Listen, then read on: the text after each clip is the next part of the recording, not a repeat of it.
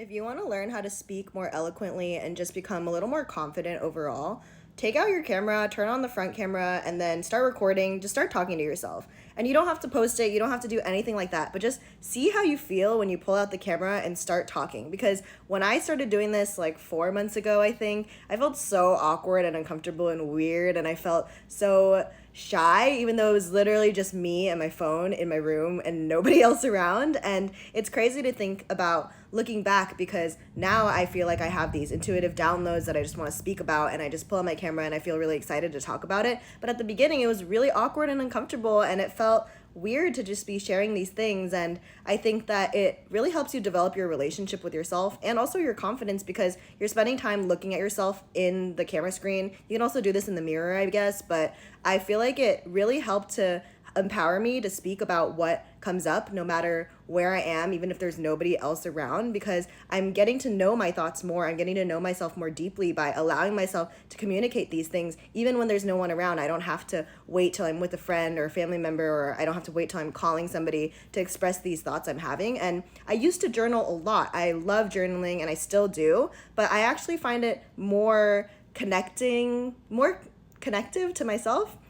Now that I'm talking about speaking eloquently, I'm messing up my words, but I feel more connected to myself when I'm looking at myself in the camera. And I feel that it's also allowed me to feel more comfortable being seen, not only just to myself, but also to others, because I ended up posting these videos over time, and I found a community of people who really care about health and healing and just improving yourself and working on becoming a better person. And I think that's really beautiful. But at the end of the day, if you feel awkward with your words and you feel like you want to practice speaking about things that you care about, it's such a great hack to just start recording yourself and speaking, because you have nothing to lose. You can just delete the video after if you don't like it. And if you do feel uncomfortable doing it, it is a great lesson for you to learn, like, oh, maybe I need to learn how to be more comfortable with myself. Because I can tell you that 4 months ago, I felt really awkward doing this, and it felt really unnatural and weird to be sitting in my room recording myself talking. But now it feels really intuitive, and I get so excited to share and build community around health and healing, and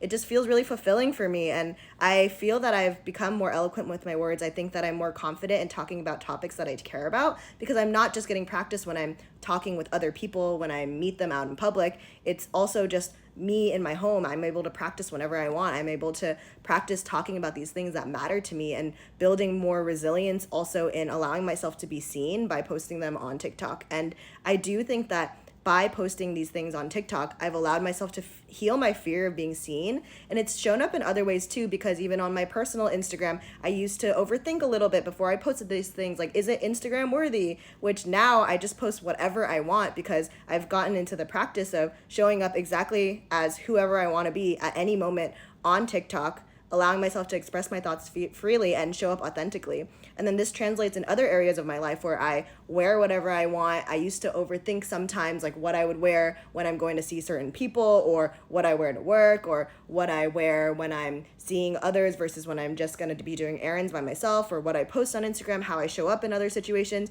I feel more free to be able to show up authentically without judgment, because I've created a space where I know who I am, and I'm able to speak authentically and show up as my true self.